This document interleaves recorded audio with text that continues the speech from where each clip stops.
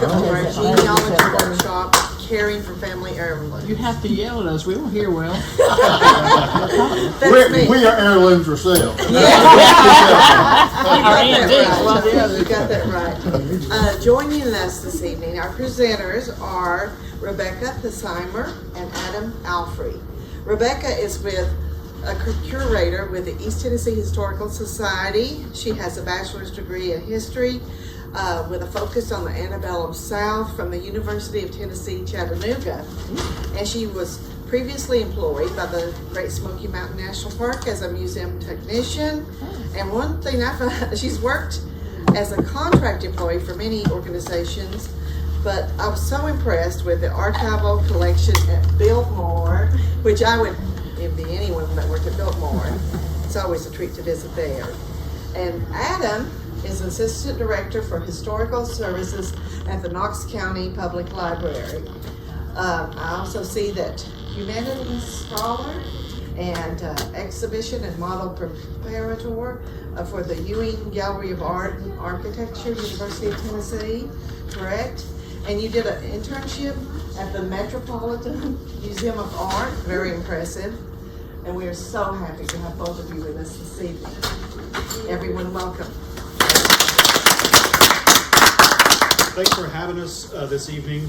We're so happy to be here to share a little bit of what happens in our daily lives and world at the History Center in Knoxville. So we hope this is sort of an interchange. This is a lot more interesting when we hear what you're trying to care for as we get to those topics, answer questions. So as we go through this, feel free to interject, ask questions, and that sort of thing. So did want to do one quick thing that we've sort of found fun and it's helpful for us. I'm going to pass out a little Post-it note for everyone. So as we go through the talk tonight, if you would do one thing for us, if you'll write down something that you really liked from the session on one side, and then on the other side, something that may have needed more explanation or you were curious about, or if you just hated it, that's fine too. Feel free to give us your opinion. So something good on one side, something to improve or want more information on the other side, that just helps us as we do these workshops around the place. And then without further ado, I'll let Rebecca tell you a little bit more about her career as we get started. Well, thank you everybody for coming out. We're excited to do this workshop again. So yeah, I've worked at a couple different places. That's the one great thing about this job, is just getting to kind of move around a bit when first starting out and do different internships and contract jobs. So luckily enough, I was able to do that. This is the storage facility, the Collections Preservation Center at the Great Smoky Mountain National Park. My job there was to completely unpack everything that had just been shipped to the facility. So I definitely lost a lot of weight that year. But it was really fun, and each job I've had has just kind of been so much different. And then here at the East Tennessee Historical Society, I'm the curator of collections, so I will primarily focus on managing the collection, whether it's with insurance or a move or getting a donation in, and then I help Adam out with exhibits when those come around. And I'll let Adam talk a little bit about one himself. Yeah, so my story into getting into this type of work is sort of interesting, as was mentioned in the introduction. I grew up in Knoxville, went to UT, actually entered UT as a Spanish and world business major. Took one art history class, loved it, and then ended up at the Met for a couple of summers, interning at the Cloisters, the medieval department there. Was in the education department, found out that wasn't my thing, but I was hanging out with the exhibit guys at night, building exhibits, changing out things, and working with some of their conservation lab folks. And that was really amazing, and so it really changed my trajectory into the museum world. So I work with objects from the exhibition side of the house, designing exhibits, interpretive projects. So that's where I approach this from, is while Rebecca's responsible for the long-term care management, location of them sort of comes to my side of the house when we put them on display. So that's how we interface and work together. So we'll go ahead and dig right in this evening. Has everybody been to the History Center at some point? Anybody not been there? A couple of folks? Okay. So this is a big white, or I should say pink marble building that's downtown, right across from the Tennessee Theater in downtown Knoxville. That's the East Tennessee History Center. The core of the building was actually the Custom House, which was built in 1834, but has since been expanded, and the most recent expansion is what you're looking at, the main entrance. It was completed in the early 2000s, and it was the first time that we were able to bring all of our collections together into one facility. So if you come visit us, on the top floor is the Calvin M. McClung Historical Collection of Knox County Public Library. That's the historical and genealogical and special collections of the library system. It's a non-lending collection, so you have to come there and use the materials. But a lot of great resources for family research and materials around that. So it's just a really deep and broad collection. A department of the McClung Collection is the Tennessee Archive of Moving Image and Sound. That's sort of a newer department to our building.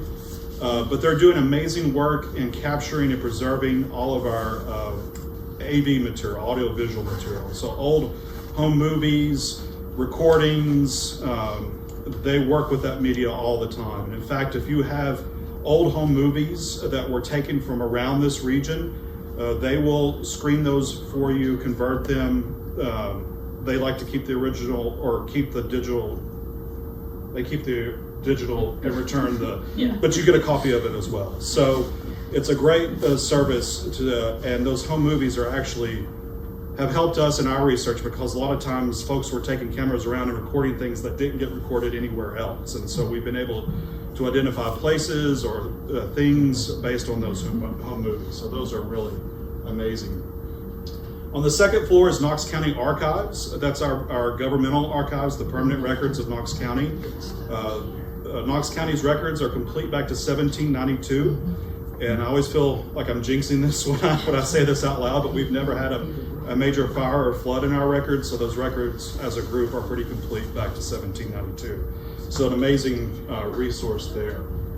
And then on the first floor is the East Tennessee Historical Society's Museum of East Tennessee History. It's a really great regional museum that has a permanent exhibit that starts with indigenous peoples and goes up to the World's Fair. And then we also have a rotating gallery that changes out from time to time. And our current exhibit is called Lights Camera East Tennessee, which looks at the role of East Tennessee in filmmaking. So everything from industrial films to our Hollywood A-listers. So it's sort of a great facility. And just in case you're getting into family research or research on a general topic, we do sort of divide our collecting by those organizations that I just mentioned. So objects go to, of course, to the museum. The permanent records go to archives, and the books and documents go to the McClung Collection, and the AV recordings to the Tennessee Archive of Moving Image and Sound. That being said, you don't have to remember that. Just come in. We can get you to the right places as you're looking through all that material. So that's the point of reference that we're going to be speaking from tonight, is how we care for all those different types of objects. And so if we slip into professional jargon, smack us or raise your hand or something, so that we don't, because we really want people to be able to use this information to really care for the things that you have that you find precious. So I always start this talk with this slide here, because when you think about museums and protecting objects, what do you think about first? What do they have on? White gloves. White gloves, right? That's sort of the standard. We even have that phrase, the white glove standard. We talk about this because there's actually a sort of an interesting term. It's called the white glove fallacy. That as research continues in this field, white gloves are not always your best friend for handling things. And we use that to talk about that this is developed in science, so new information is always coming out, new products, new techniques, and so this is a field that changes. Some of the things we are talking about now have come into this practice in the last few years, and some of it will be outdated in a few more years as new materials are found. But what has been found about white gloves is especially handling paper materials. They tend to snag. So like if you're flipping through documents, you have a greater chance of actually ripping a document if you have white gloves on. So the recommendation now is either to use a nitrile glove or just wash your hands really good before you handle a document and handle the document as you normally would. This is still very much in everyone's consciousness. There was a few years ago, there was a program on one of the news channels, and someone at the Library of Congress handled a document, a very important document, without gloves on, and the internet, as it loves to do, comments started flooding in. The poor person was like, comments were made that person didn't know what they were doing because they didn't have their gloves on, but they were at the time doing exactly what they were supposed to be doing. And so tonight we're going to use the term preservation a lot. That's our job, is to preserve these artifacts. We're not in the business of restoration. That's a very different thing. So our job is to slow the rate of deterioration. Everything around us is deteriorating at some rate. And so our job is to slow that rate as possible, or not add to it in some way. In our field, there's this phrase that's used sometime that say that objects can rest. You may have heard that, like, oh, we're going to take that off you, we're going to let it rest, as if the object has some sort of life or regenerative power. It doesn't.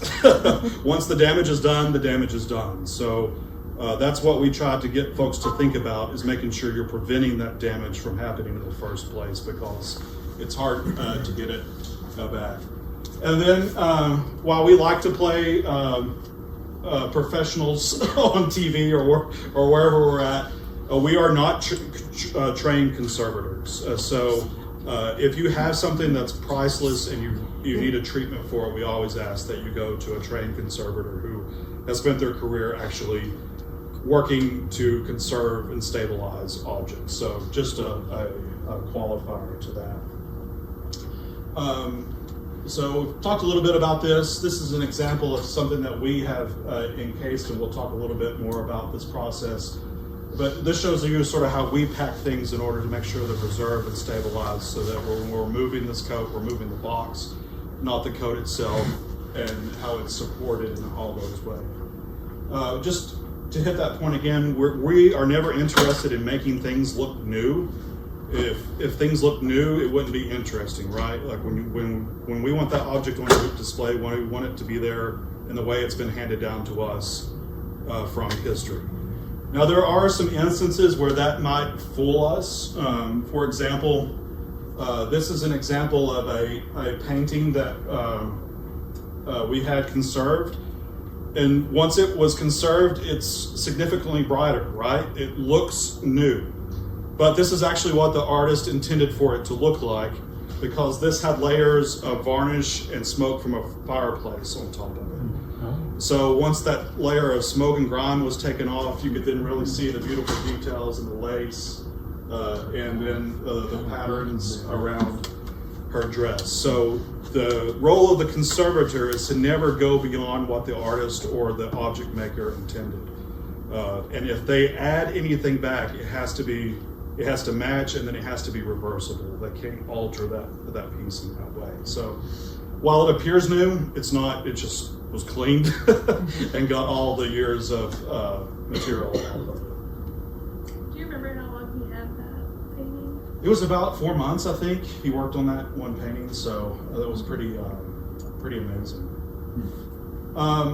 So as we start to talk about this process, we're going to ask you to think about preservation first, that when you approach an object, that you start to think about, how am I going to keep this and maintain it for a period of time? And then also how to make sure you're not introducing harm to that object. And just as sort of some fun examples, here's some things that we've heard over the years. So we've heard people say,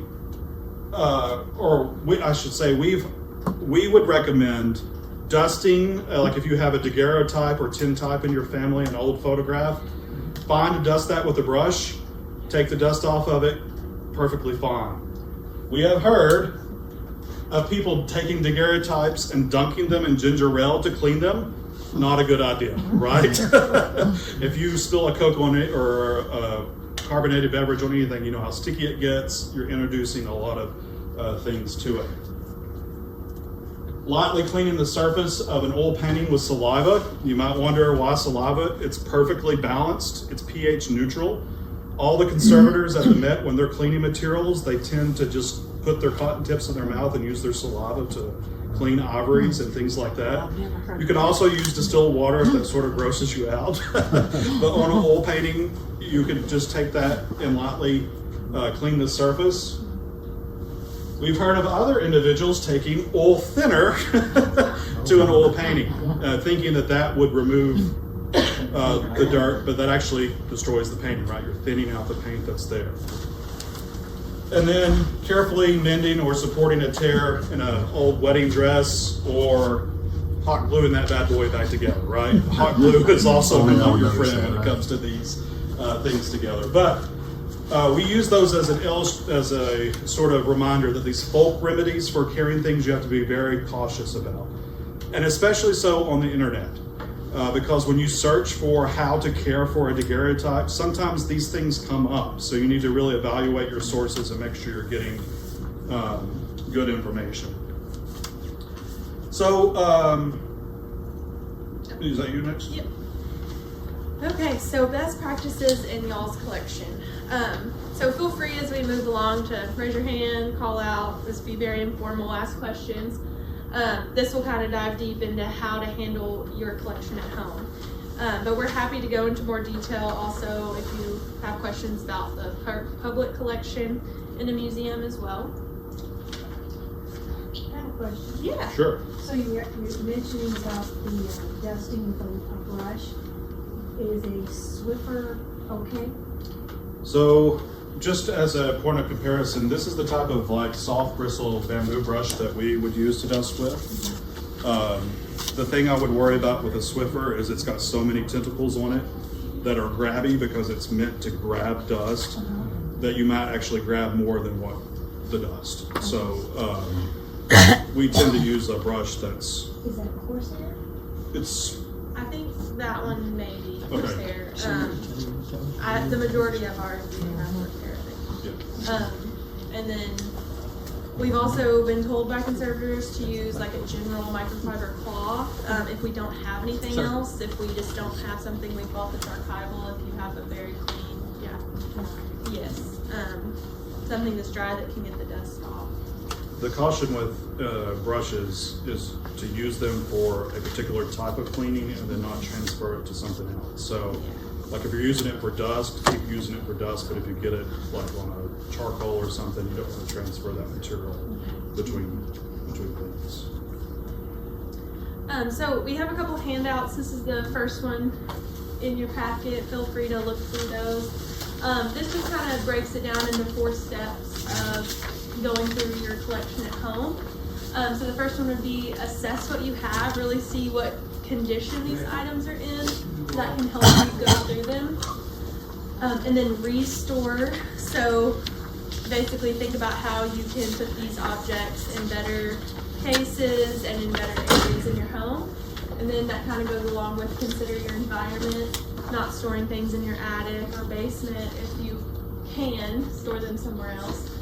And then if you're able to interview people from your family who have these objects, that's always wonderful. But just mainly document as much as you can now so that the next person you're giving them to knows what they are.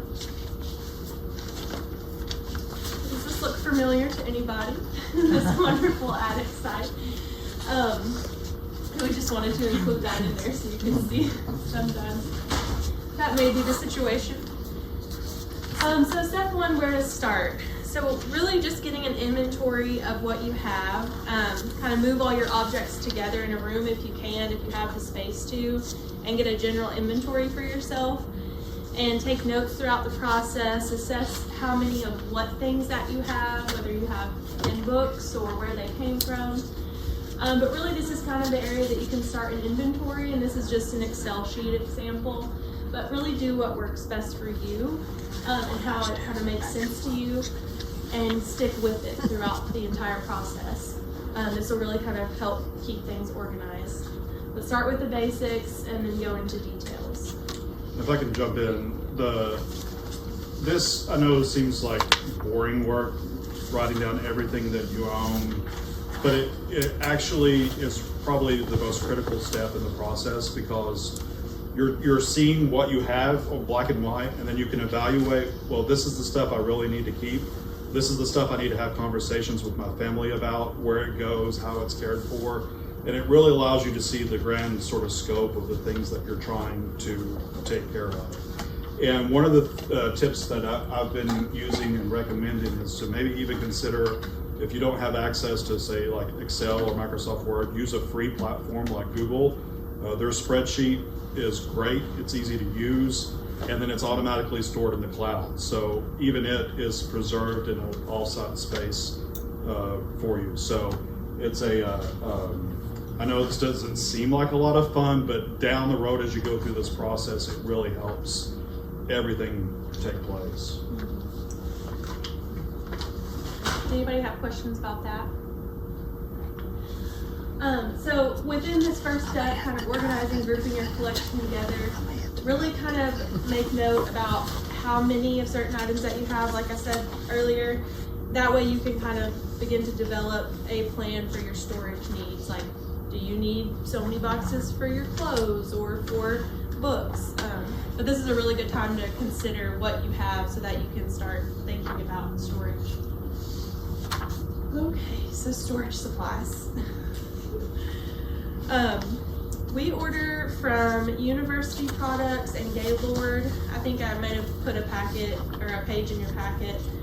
There's a lot of other places to order archival products from. But we start, especially with documents, with these document boxes. We have those. Okay, and then we will use like these acid-free folders. And then this stuff we use a ton of is just called Permalife. So if you had, a lot of documents that would fit in here, okay, you could separate those documents with the Permalife since they're acid-free. It wouldn't transfer document to document. And then one other thing to keep in mind, if you do ever use these document boxes or with other boxes that you may use, is to make sure that the folders don't kind of fall over, because then your documents are going to get bent or creased. So we usually will stick that you can buy them online, but no, I'm forgetting the name of them. Those called spacers. Spacers, yeah. I'm blanking. So you can buy them, but people also make them with like acid-free board. So that's one thing to keep in mind. And then we brought some sleeves. Some postcard sleeves. They make specific boxes, of course, for all of these things, postcard boxes. And we'll pass this around. So the idea with these boxes is really to create a system that you're filing either like materials together, so maybe a box for letters, a box for photographs. And what's great about these is everything that, once you've got them filed in there, there's nothing around it that has acid in it. Everything that's touching the object is acid-free. And then this box gets a wax coating on the exterior, so it will shed water for a significant amount of time, probably enough time for you to find it. And even if it inundates the box, the folder acts as another layer of something that's going to absorb water before it gets to the object. So even though this doesn't look like you're putting a lot of protection around it from a water event, you actually are. So anytime that you can use those document boxes, they're really worth their way. If you were going to scan, or should you scan after the inventory? Do you scan and then store them, or go back and do it later? Yeah, either. I guess that really depends on the amount of time you have. I would argue that get everything stabilized and then go back and start scanning, because that there's been incidences where people got all their stuff together, went away for the weekend, something burst, and they didn't protect it. But if you have it protected, then you can always go back and scan. These are also That's for when it's sitting on the probably shelf. cheaper options and great options. That's a good idea. Which you can Keeps just hanging find on at the wall. Walmart or Target. But they're going to add a layer of protection to your objects, which is great. especially if they're using some type of sleeves. Yeah, we're going to pass this around. This is just a little photographic postcard that we put in an acid-free sleeve. Where did you say to buy these at? They have them at University Products and Gaylord Archival. There's also, I'm sure there's more of those. Usually the two we shop at the most. Just pass it on to our Jim said he did this. And these, I mean, you could also store documents in here. We use these for more 3D kind of objects, but documents are fine. It just doesn't have that coating on it, so it'll be a little bit different if it gets wet. You spoke about the plastic sleeves. Any kind of plastic sleeve, or are there special ones just for that? For the clear sleeves. I mean, I think Uline even sells them, and I don't know. It would depend on. I'd probably have to. I mean, you may have an opinion about that. Yeah, just as long as it doesn't. There are some plastics that have like a film on them. I don't know if you've ever felt that it feels residuey. You don't want that type. But if it says that it's like a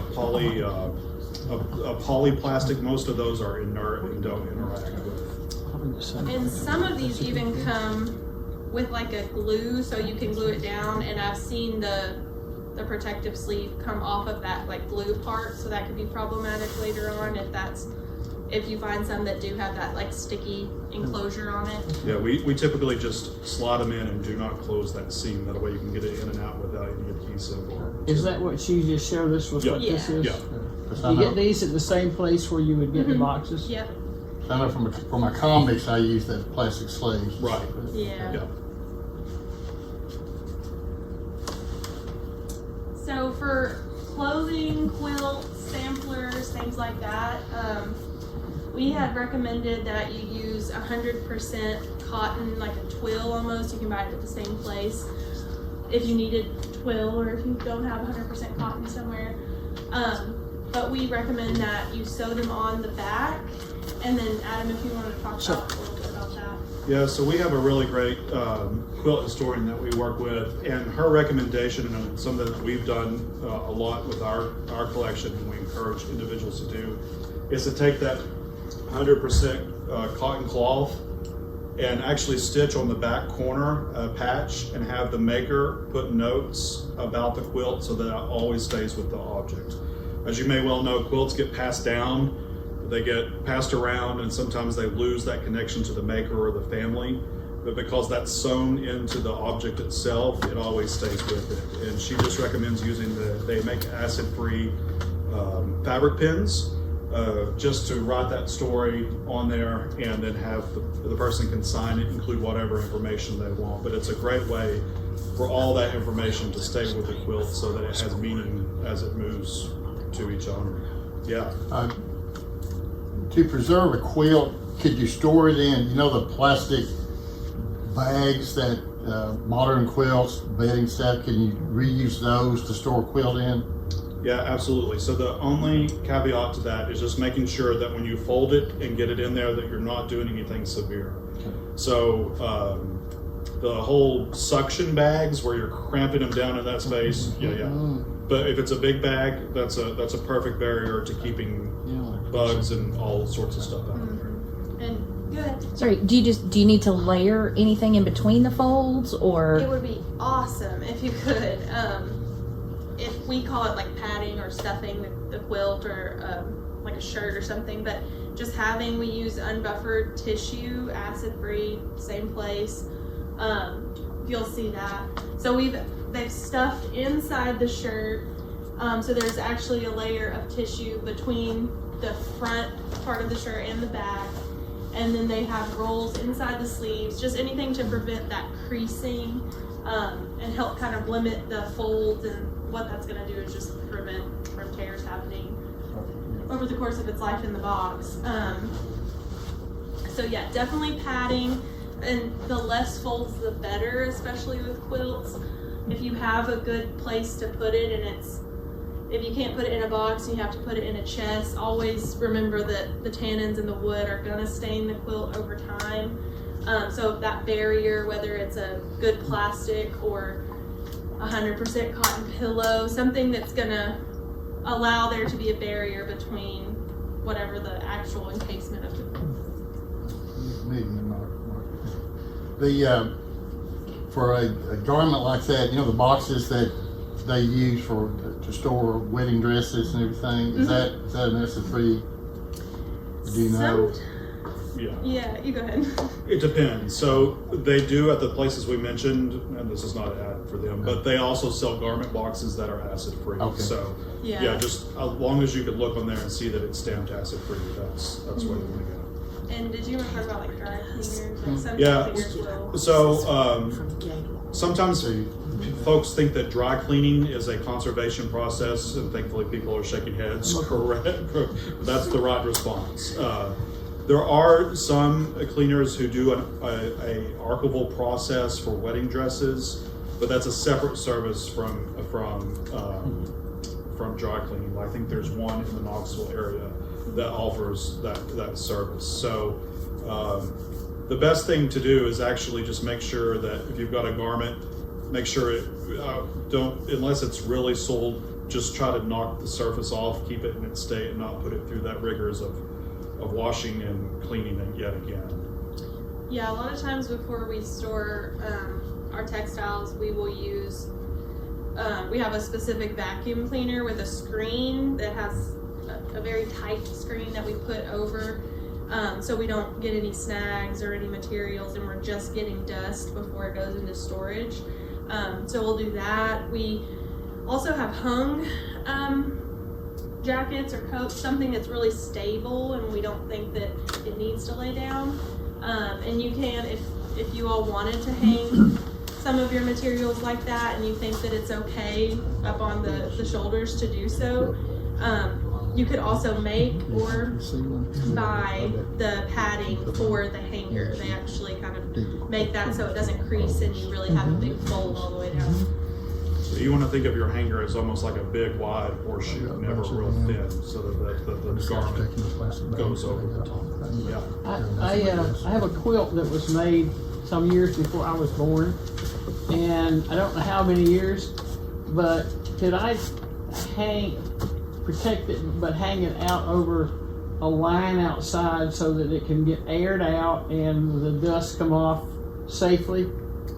I mean, that's a good question. I don't want to. I mean, it's probably pretty fragile right now because it could be 100 years old for all I know. So if you're worried about dust, I would do what Rebecca just suggested and get a piece of screen and try to vacuum over the top of it. The big thing that you may introduce to it by hanging something outside is actually insects. I got you. So if a moth came up and laid eggs into it and then you put it in storage, you may not catch that in time. Yeah. Okay. And that is something that we do from time to time when we have textiles that we are suspect about of having bugs in them. We'll actually put them in a freezer for a period of time, for a week or two. Bring them out, because that for the bugs is spring. Let them get warm for a little bit, and then we freeze it again to kill them all. So that gets the eggs and the baby, and the next cycle of bugs. So if you ever collect something that you think, man, I don't know where this came from, it could have come from a moth-ridden place, just use your deep freeze at home and go through that cycle. All right, we're going to shift gears to a little bit about documents and photographs. So as was mentioned earlier, one of the great techniques is once you have documents or photographs stabilized, they're in a good spot, is to go ahead and make a digital copy of those by scanning them. Never ever laminate anything that is original. I'm sure this group knows that well. That was a recommendation that was made in the 80s and 90s about encapsulating in that way. It's very damaging to the object, and you can't get back to it and use it. We've also heard of individuals who said, "Oh, I scanned all the family photographs and then I threw them all away because I've got a copy of them." Don't ever do that either. It's all the digital copy is great there for preservation, for sharing, for study, but those originals are still the originals and what you really want to pass down and care for. When you're scanning, there's a really great document in your packet that was provided from the Tennessee State Library and Archives that gives you the resolutions at which they scan their materials. So it's a really great resource to have so that you know what size to scan at to have a sort of meaty file to work from going forward. We usually save all of our original scans in a TIFF format, the TIF file format. That format is a non-lossy format, meaning that when you open it up and close it, its components stay there. As you open and close JPEGs, they actually lose data every time you open and close them. So over a long period of time, you would get a less than good file. So that TIFF format is really important. Yeah. I had heard that, scanning would harm the picture. It won't. No, not for the amount of time that it's exposed to it. The only time that is a problem is if you had there were some weird formats of photography that were either printed on like cellulose or on something that's really unstable, and in that instance, yes, you could damage it. And in those instances, we actually photograph the photograph rather than putting it on the scanner, or even for oversized things that you can't put on the scanner. It's amazing what you can do with that. Just as a caveat to that, your phones now are rendering, if you use like a lot of the newer iPhones, they shoot in raw data, and you can generate almost a 30 megabit file by just using your phone. So if you do have sensitive materials that you don't want to put under the scanner or lay the lid on, perfectly fine to just use your phone as that capture device to get the material, because if you use the raw setting, it's a perfectly workable conservation ready to use file. And if you're just limiting the amount of times that you touch the original photograph, that's all the better to get a scan of it. So. What about a large document? I have a large document Oh, no. that's been involved in a tin box. She can't get it up there. She wants it. And it's too big. Yeah, but it's a what's in the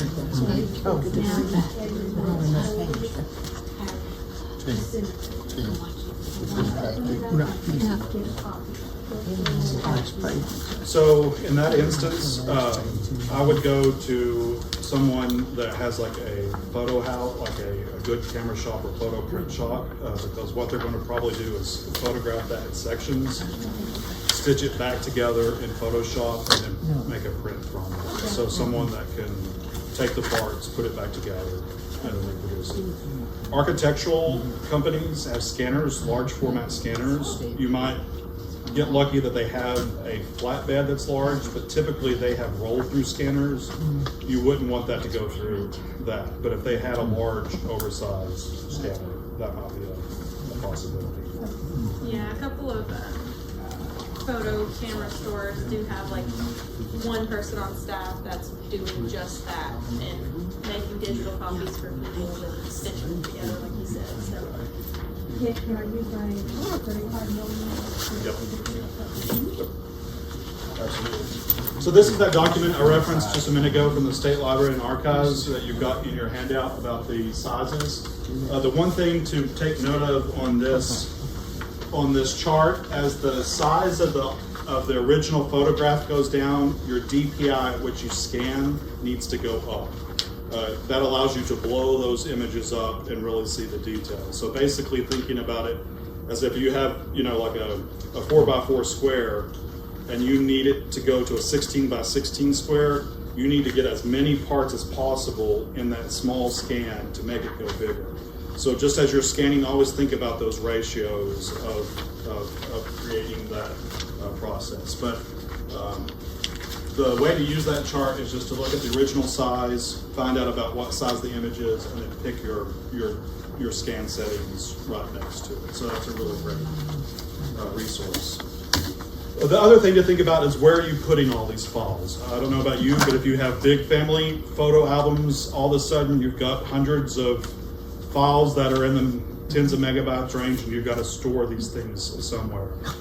Think about services and evaluate ones that you trust. just know that thumb drives are not always your friend because they get lost.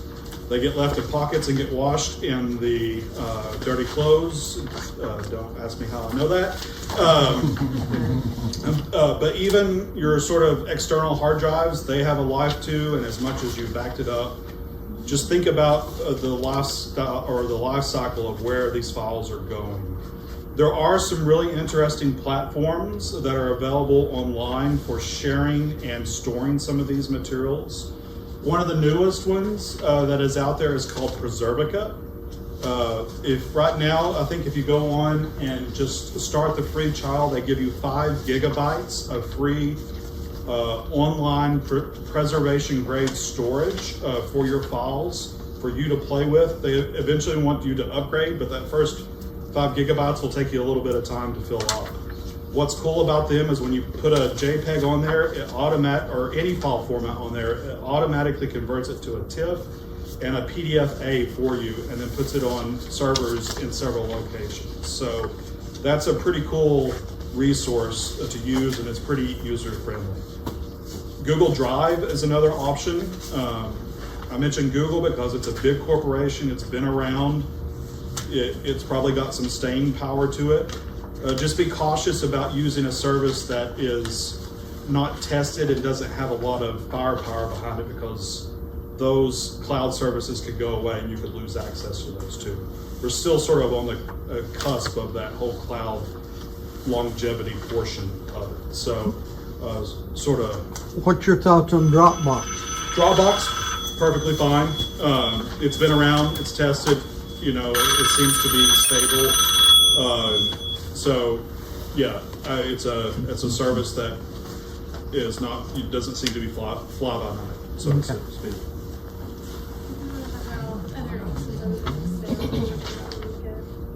Oh yeah. We use Catalogit at the museum for keeping track of stuff instead of using like Excel, or thankfully we're able to have a collections management software. Before that we used Past Perfect, but there is a free service, I think, for so much storage. It's called Omeka. And if Adam, you want to touch on this at all, I don't know. But Called what? Omeka. It's Omeka. It's really cool because it's an open source platform that's supported by universities. And what's great about it is it not only allows you to build a catalog on the back end, but you can turn on objects and basically build little exhibits or galleries that you could then share with your family or put online. It's a real user-friendly resource in that way. So I'm a postcard collector, and I've been using it to organize my postcards. So that you can put in there like views from Mount LeConte and then tag all those views. And so if you want to see what you own and collect from that collection, you just turn that toggle on and all your postcards come up from that one thing. So it's a pretty cool resource. So that's Omeka. Any questions about photographs, documents before we move on? Just a little quick thing about framing, because that tends to be something that we like to do when we're preserving photographs or pieces of artwork or even documents. Again, the real crux of the matter here is making sure that the materials that go into the frame itself and to the materials that are near what you're trying to protect are all protected from acid leaching into this. This piece here, I don't know, I'll pass this around so you can see it. When you look at the cut mat, you'll notice that it's turned brown color. Anytime you see that discoloration on the mat, you know that this mat is full of acid and is actually leaching into where it's touching the photograph. I've cut out a piece of the backing on this piece, and I don't know if you can see, but there's like, they've used a gold mat on the inside of here. Any metallic material is also full of acid, so in this instance, the backing is putting acid into the environment. This paper is also not acid-free because it's got a lot of black color into it, so it's leaching material into it. And not only that, the frame itself is not lined, so the wood is putting material or putting acid into this environment. So a long way to say that this copy print is not in its best conservation state. So when you go to a frame shop, or should you frame something yourself, you want to use a acid-free cotton rag mat. So 100% cotton. It's a material that when you feel that mat, it will actually feel soft and it will be a really beautiful bright white. I brought this one because even though this is bright white, this is actually an acid mat. And if you feel it and touch it, it'll feel real stiff and cardboardy. That's because it's made out of cheap wood pulp and is really just full of acid and it's been dyed. When you touch an acid-free cotton mat, it actually feels soft to the touch. It'll feel very different than that. When you are putting the material and getting it ready to frame, we encourage using photo corners. I'll pass this around so everybody can see it, but just nice little photo corners so that you're not taping to the material.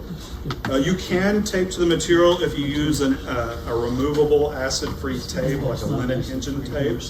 But sometimes that's not available. But these tend to be available at even Walmart, Hobby Lobby, and the craft section for scrapbookers.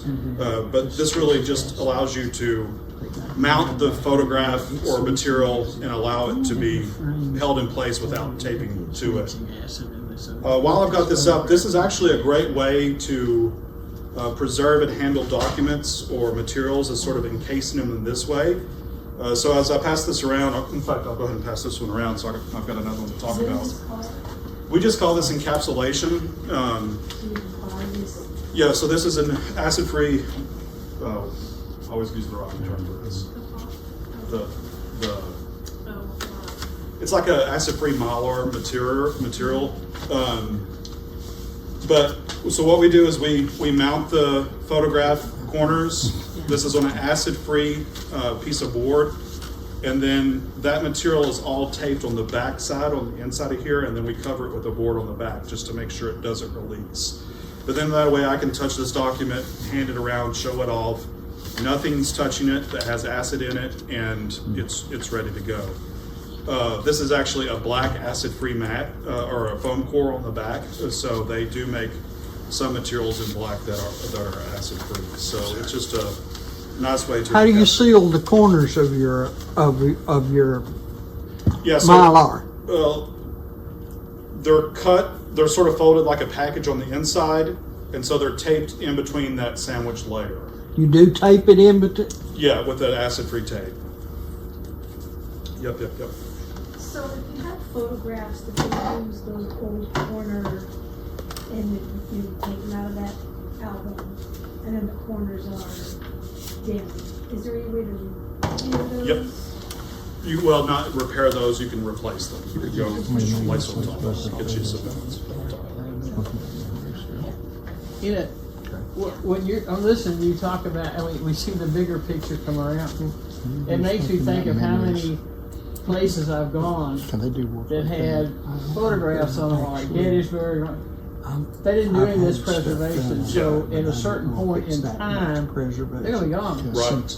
Is it too late for them to be educated to change? Or, Yeah, no, that's the reason why we're out doing the these South workshops, is just right? full of places like that. Right, exactly. That's tragic. It is. 3 years ago or more. And like, it's even like the things about, this is a step that's not taking this, I'll pass this around so folks see it, that many frame shops don't do, is it's actually seal the wood on the inside of the frame, but they make a special tape for that. This is a full lined acid-free tape that you just run around the inside of your frame, and it keeps that wood acid from leaching into the material. And I think this runs like $6 a box, and so for $6 for that safety of mind for keeping that around, it's really worth it. So if you have a photograph that's in the original frame and that thing is 150 years old, if you don't want to get rid of the frame, do you take it out and just around the edge to help it? Yeah, absolutely. So we love original frames because they were meant to be with that piece. What we try to do is open them up, clean them, line them when possible. If the mat or something is adhered to the photograph, we're not going to damage the photograph getting it off of there, but we would put tissue or buffer in there to try to help absorb and keep that material away from it. So if there's no mat in it now, you want it? Yes, so a mat always helps keeps things from sticking to glass. So even if it, because you don't want to mat it to take away photos in the frame all the way to the. Then in that, so you can then add a spacer. Okay. They make an inert clear plastic spacer Okay. to give you a gap to get it off that photograph. Okay. Yeah. Adam? Yeah. I've got the big oval frames with the bubble. I've got 2 of them, and they're chalk drawings. Yep. Now, I've not ever done anything but wiping the glass and all that. That's a different animal, and I would probably let those be. Wouldn't worry about doing any. Yeah, because of that curved glass, that in itself is sort of an art form in the object itself. So I would just let that. Now, what you could do is on the back of it, if you knew that you had a lot of, like if it was backed with a really acidy paper that's crumbling, I would get that off of it. If you knew you could take off that back layer, like sometimes they would use thin pieces of wood to back those, I would take that off and replace that with acid-free foam core, but I wouldn't disturb the artwork or that glass piece unless it was a trained conservator doing that. In the encapsulation there, you were talking about the corners. Aren't there corners also that aren't taped? Yeah. Are they just like, that's not taped? Were you saying the corners are taped? The corners are... Where the photograph or where the article is? Yes. So they're adhered to that back, but then there's also the Mylar itself is taped in that middle layer between the 2 boards. Okay. Yeah. Okay, my other question is too, we have some a presidential collection out here in our lobby. And what you were saying about the matting on some of those, some of them are really well done. Some of them have presidential signatures on the matting. So completely And I'm like, different. so, right. you know, those are already like 70 years old. Right. So in that instance, it's become an object and it has its own life. So we're talking about replacing things that we've added or introduced, but when it's original to the artifact or the object, you treat it as that. Okay. Yeah. Is there any, should I have a spacer put in? Is there anything, if they've signed like the actual matting and then the photographs are deeper, you know what I'm saying? The matting is on top, but that's where they signed. Just because if that ink were to ever get moisture built up, it could run. Because I know it's already faded. Right. You know, and I don't know, I guess archival glass is the best thing It is. So for the front. That's a good segue. They do make conservation glass, which is 99.9% will filter out UV. Always opt for that, especially if you have something sensitive to light, like a pencil written letter that you framed. Very unstable, will fade very quickly, but UV glass helps in that way. If you have a charcoal, always use UV glass. Don't ever use UV plexi. The static on that plexi will actually lift the charcoal off the paper, so you'll actually get that piece of artwork to come off the paper because of the static that's there. So that's the real caution. There is a benefit to using UV plexi. If it were to fall off the wall, it's not going to shatter like glass. So if you have a photograph or a watercolor or something like that that's stable, that's adhered to the paper, fine to use UV plex. It's only when it's a charcoal or something that will lift off the paper that you don't want to use it. Speaking about falling off the wall, always check your hardware. We recommend using something that has at least 2 screw points for the hangers. It's amazing the number of times that we see things get damaged just by the fact that the wires on the back aren't strong enough to support the piece, and they sort of just fall in and give in on themselves. So.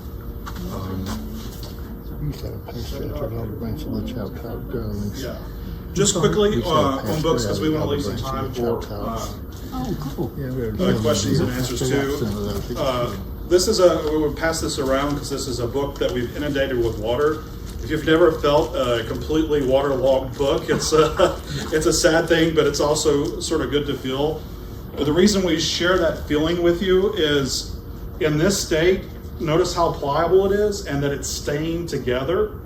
You want to keep it in this state as long as possible to get it to a book restorer so that they can actually dry it and save it for you in a way that will bring the book back, especially if it's like a family Bible or an heirloom. How long has it been wet? So that 3 weeks? Yeah. So we did this class a few weeks ago. We dunked it in water, and it's been that way for that long. But the trick for you all, if you ever have something that's precious, that's a book that gets that wet, put it in a bag and then get it into the freezer. Freeze it in its totality and keep it frozen until you get it to the book conservator. Because in that state, they can then thaw it and dry it so that it doesn't ripple and fan. It's pretty amazing the work that they do. No, we had a collection that unfortunately got wet. We were able to freeze it very quickly. We used some book conservators over in North Carolina, and you come back and we can't even tell that they were ever wet. It's really amazing how they go through that process. The other thing to do, if you have Bibles, family Bibles that they tend to want to open up and they get unstable and their spines want to start contorting and tearing themselves apart. You can either build a little box to go around them, like a little acid-free box to help contain them so that when you're moving them, you're moving the box rather than the book itself. Or I should say, feel free to get some of this acid-free cotton tulle and just tie the book together like you would a present. And that helps just keep that structural integrity to it so that when you're moving and jostling, it's supporting itself and not trying to tear itself. What about, and it's probably like a whole nother workshop on mold. Oh, yeah. Yeah. So like, if you have books that have become moldy, or maybe they were in the garage instead of inside the house or someplace, are they salvageable? What do you do? What can you?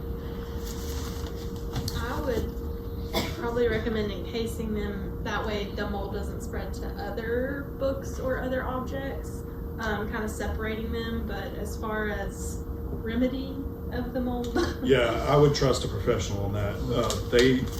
It's amazing to see. We used to have a really great paper conservator in Nashville, and we took some maps one time that were really boxed, and she was able to put them in a solution, clean that material out, and it was really, really amazing. So we tend to stay away from working with mold, but the correct first step is to isolate it so it doesn't spread. How can you tell, like, isn't there like mold that's old and dead versus active and new? Like, how do you tell the difference, or is that seal it and get it to somebody professional? Yeah. Gotcha. Maybe the colors. Yeah, I'm not, yeah. Just a quick note about objects and furniture. Objects are a little bit more easy. When we say objects, we're talking like pottery, trophies, pieces of glass. They tend to be less deteriorating than the paper materials. So the big thing to worry about there is their environment that they're being stored in, just making sure you're not introducing a lot of humidity or light to them, and then making sure that you're not putting them in a place where your cat's going to knock them off the top shelf and you're going to lose it forever, right? So that's the big thing to think about in terms of objects. Furniture, we see it all the time, but people they'll come by the museum and say, oh, I've got this beautiful piece of Greene County furniture. We just had it refinished last week, and that crushes our heart, right? Because we would have preferred that it was handed down in its state from its maker. So just with the furniture, just use an all natural beeswax on it. There's no need to use any harsh chemicals. Just make sure it's good and clean, polish it with wax, and then manage its environment. For furniture, humidity is actually probably its biggest enemy, just because fluctuations in humidity cause it to swell and release, and over time that causes cracking in the material. So where would you want the humidity to be? So that's a really good question for East Tennessee, right? So the museum side of us wants 45 to 55% humidity. I will tell you that furniture that has lived in East Tennessee all its life, when it comes into the museum, it flips out, because it's never lived in an environment that is 45 to 55% humidity. We have to manage cracking, we have to manage joints because they want to release. But we keep everything in the building at that because when you get above 55%, mold can start to grow. That's sort of the limit at where mold isn't active. So we try to keep the museum at 68 to 72 degrees and 45 to 55% relative humidity. So that's where What was that temperature? 68 to 72. Thankfully, objects like the same temperature humans do, so it works out for both of us. So what would you do with a trunk from like 1850? In terms of, It just sits there? gotcha. Is it I leather just on sit the it once in a outside? while. It's inside. Leather on the inside? Oh, no.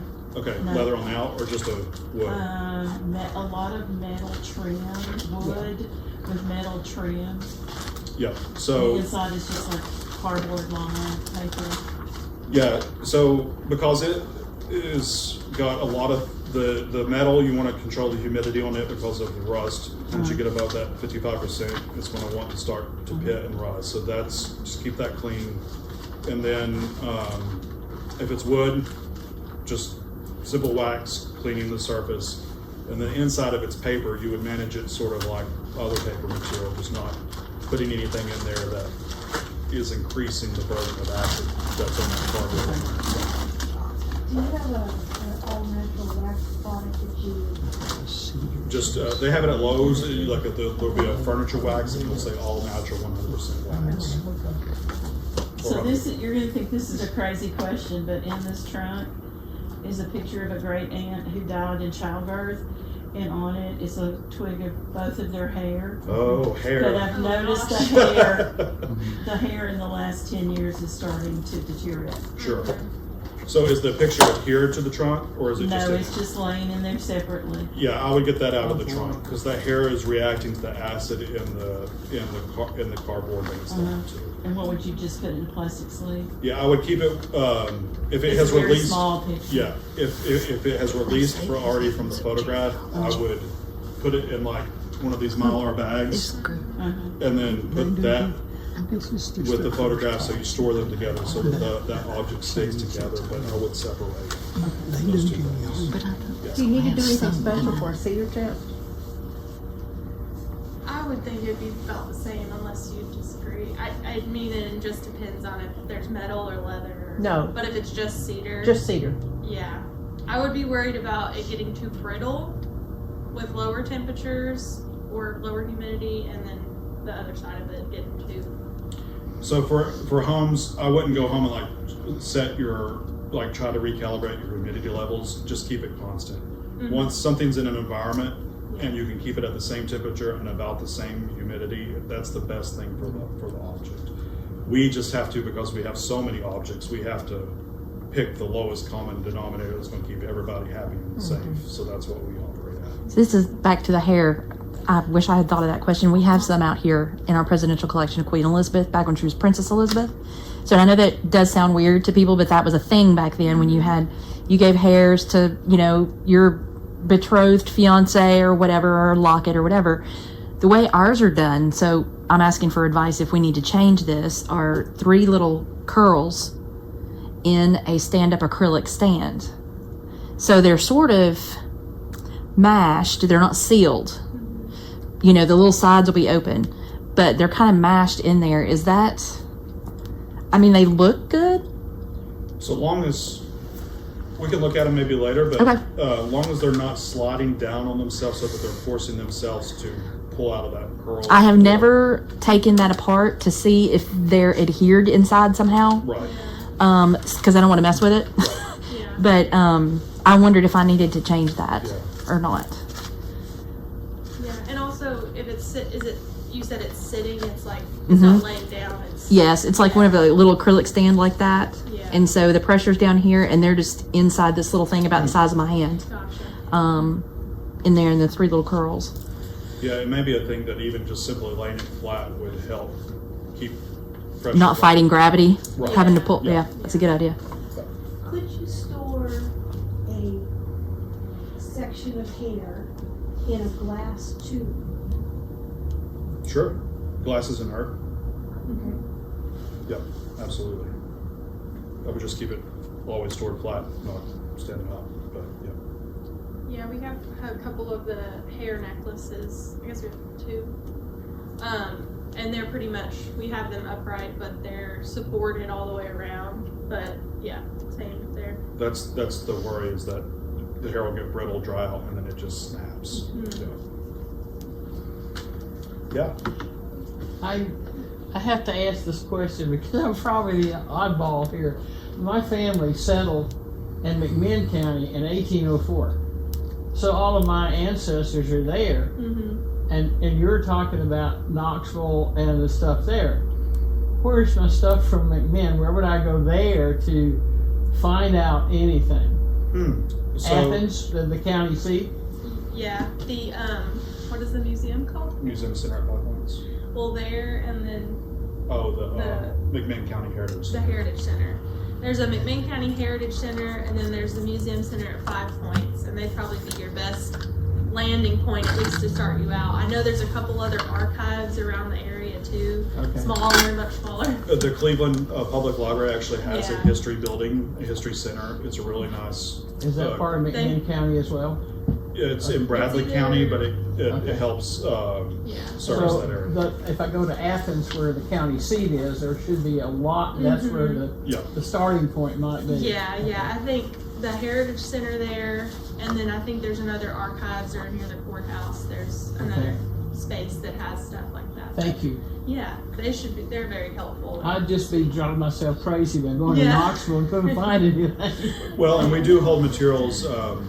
We have one of our rooms has all histories of all the counties in the state. Okay. We have all material from all 95 counties. So we do have collections there too. If that. So there would be some relevant stuff, could be some relevant Correct. stuff Yeah. there. Okay. Yeah. Absolutely. So more on the environment, I'll try to make this quick, but really just think about other places besides your attic and your basements and your garages. Anywhere that doesn't really have light or is gonna fluctuate a lot in that humidity and temperature and moisture. I know my house doesn't even have closets because it's like pre-1940, so they didn't believe in closets. So I kind of struggle with where am I gonna put this stuff as well. So that's a big thing. It's just trying to find the best environment that's not going to get a ton of light if you are storing the objects there. It's also important to kind of think about natural disasters. Are you going to have flooding in the home? Are you on a floodplain? Just think about that, and then where you can store the objects that would prevent stuff like that from being a catastrophe. Here's our one. Your cat picture. Yeah. Cats like artifacts don't. Yeah. Cooler environment Yes. better than warmer environment. Yeah. Cool, dark. Just think cool, dark places. Yeah. Cool, dark, dry. Yeah. So backs of closets that are away from water heaters are like awesome. So more about pests. We monitor pests at the museum. It's called Integrated Pest Management. So we basically put out traps just to see what pests we're getting. Some of the, if you usually have predator pests like spiders, you probably are gonna have other pests in there because they have something to eat. So it's good to kind of be aware of that and know that if you're seeing stuff, you may run into issues that you have pests that are eating your papers. Silverfish, cockroaches, things like that all love those little proteins. So just keep in mind for that.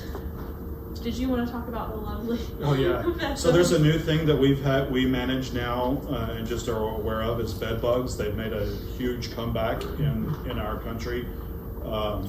So just be cautious, especially if you're bringing furniture or transferring it between homes. We've heard of stories of someone taking a finding or being given a suit of furniture, bringing that into their home, and then by not investigating, making sure that they're there, they brought those bed bugs into their environment and they have to treat for that. The good news about bed bugs is that you can see them. That's a common myth that you can't see them. They're about the size of a small little tick, and what's even more interesting about them is that they usually leave a trail of wherever they go because they feed on blood and then they excrete that blood. And so if you see little pin marks, it's like if you had a little fine Sharpie and just had a dots of brown on furniture or on books, you know you've got some bed bug activity. They also like to find corners. So when you look at a piece of furniture or a bed, a mattress, go to the corners because that's where they're going to congregate together. So just a couple of things to sort of manage. And sometimes you might see like a tiny little bit of almost like sawdust looking stuff, or they'll sometimes call that frass, which is basically insect poop.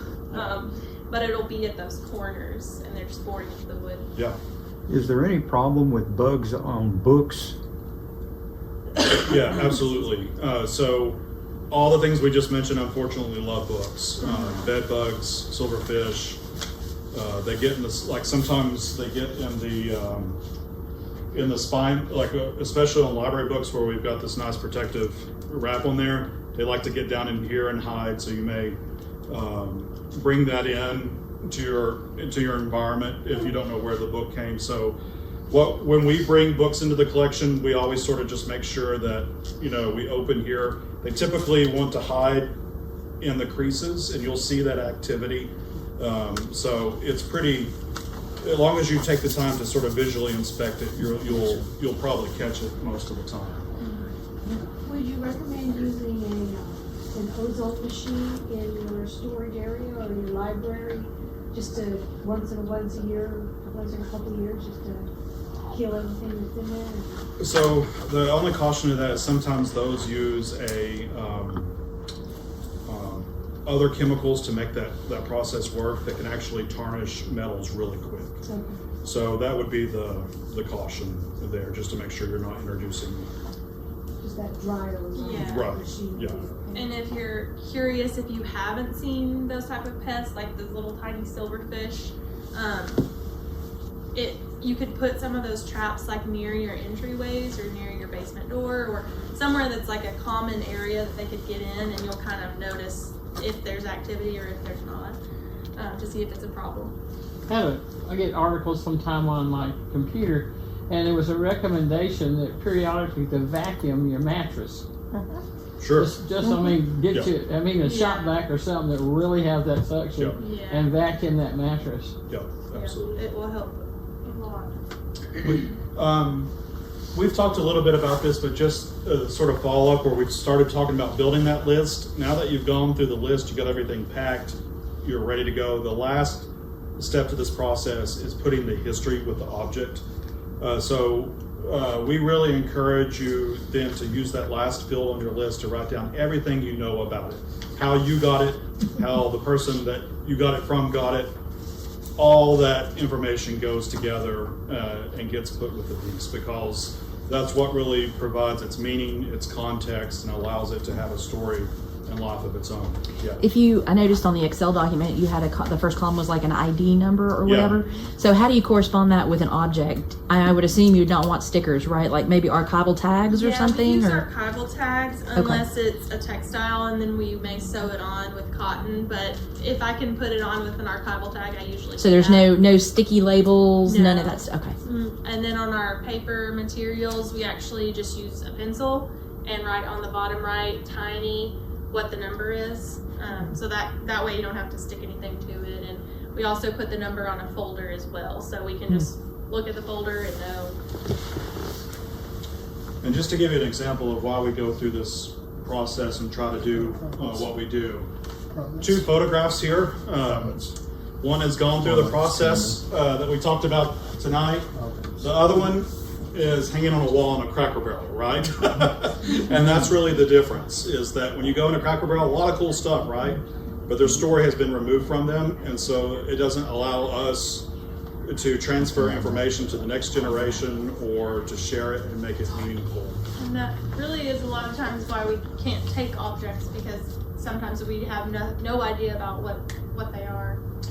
Whereas this gentleman, George Grisham, who was out of Washington County, if memory serves correctly, amazing. He kept his photograph album of his unit during the Civil War, wrote everybody's names down, kept information, and so now we can tell all of their stories. So it's really a tell of 2 photographs. The same thing with this. If you get to come to our museum, there's a beautiful set of Cherokee beads that are on display.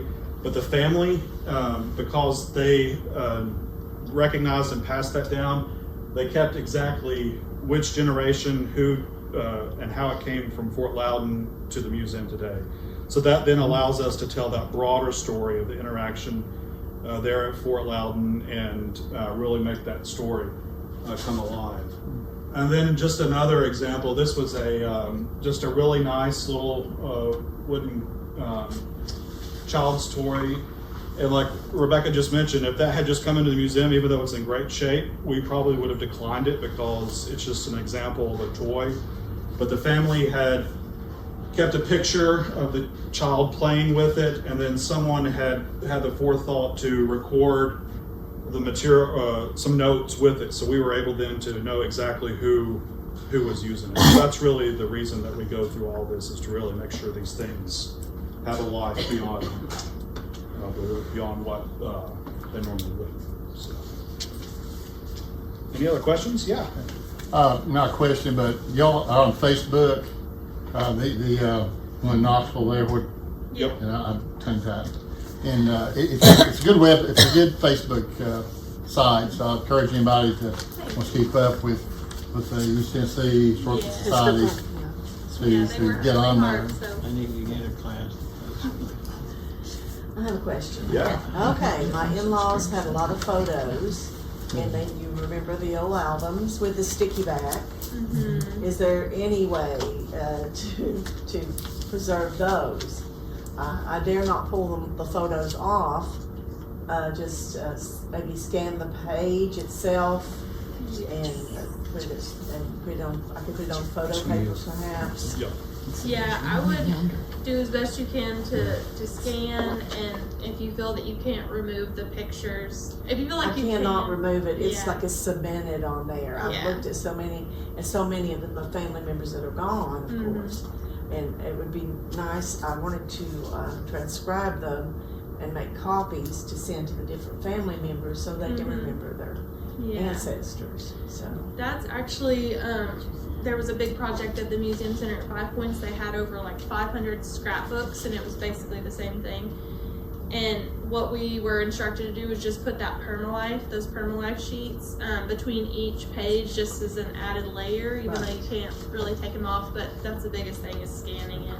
If it's not completely adhered to that, like if you've got like a part of it up or something, is there some way to just use a little tool, or is there a solution to loosen up that, like if you think you can get part of it, Yeah. like it's loose, but you think you might can get it off there. If you think, yeah, if you trust yourself, and there's like those little metal tools, I'm blanking on the name, but and you can kind of get under there, and you know what's coming off is the paper behind it, and not the photograph. yeah, you could do that. But if you feel at their point where it's not, then you just leave it be. Okay. Yep. The chalk paintings, did you say UV plexi or no plexi? Chalk, glass, always glass. Glass, Yep. okay. With a mat. Correct. Okay. Thank you. Getting back to the framing, there was, they may still do it, upon Newport Highway or Smoky Mountain Smoky Mountain Memories. Memories. At one time, they said they could do, they had the non-acid papers and the frame. I don't know if they We've had a still couple do or of other not. things out there framed with them. Yeah. So you might, if you don't want to do, you might want to check with, if you have something, Yeah. you don't want to try to do it yourself. Absolutely. And they might be able to do that. Yeah, most frame shops Yeah. have a conservation line. Yeah. Just be prepared that it's a little bit more expensive, but in the long run, your investment's worth it because you're doing it correctly. And there is one in Knoxville, I think on Kingston Pike, I think also advertises that. So you might have covered this, but at the very beginning you talked about tin tops. I read once they should never see sunlight. That Yeah, they should be in a book.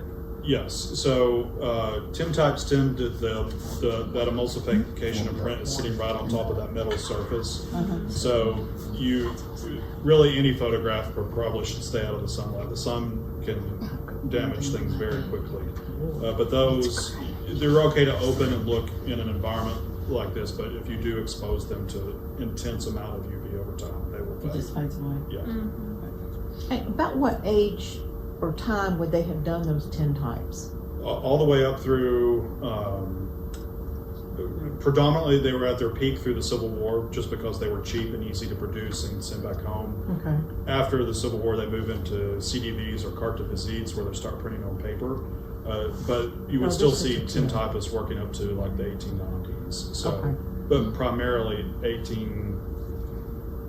late 1850s through like the early 1870s is your sweet spot for tintypes. Okay.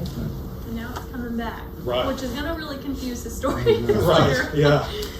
Yeah, there is a person in Knoxville actually that she Yeah. does do sittings on. Yeah. On She's been tintypes. pretty active. Yeah. I'm like, how? It's awesome. I know this isn't the best thing in the world to use for storage, but is this better than nothing? A box like that, sealable? Yep. Okay. For sure. Any box like that keeps pests out. It gives you an opportunity, if you've got water, to keep that water away. And you're carrying it instead of the, Yeah, you know, you're the moving the box instead of. That's something we didn't actually say, but one of the things we have to remind ourselves to a lot of the times, if you have anything that has a handle built into it, don't ever pick old things up by the handle. The handle is likely to fall off. Pick the object up. Don't use the handle. So that's just a nice reminder when you're moving older things, that the things that they put on there to move with may be fragile too. It's like that little So sewing if you machine. have a- I gotta pick them up. a whole bunch of photographs from the 70s in the folder with the negatives.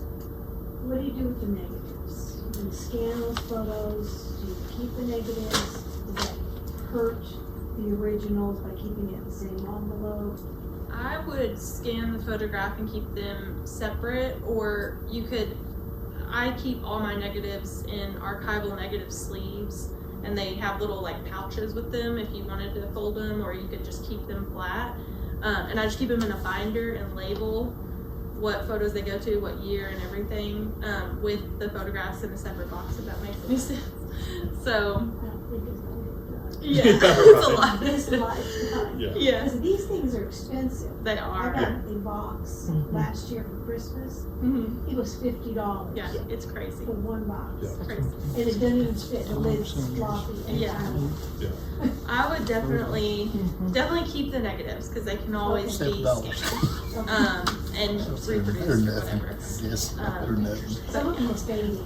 Yeah. And it was like, what is this? And you Yeah. know, Right. So what about these old slides? I've even got some that are glass. Yeah. Mm-hmm. I've just left them in the box they were in their little. Yeah, depending on the paper slides, they're a little bit more volatile because they're paper and they're wanting to really, the old like Kodak sort of plastic mount slides, they tend to be less volatile.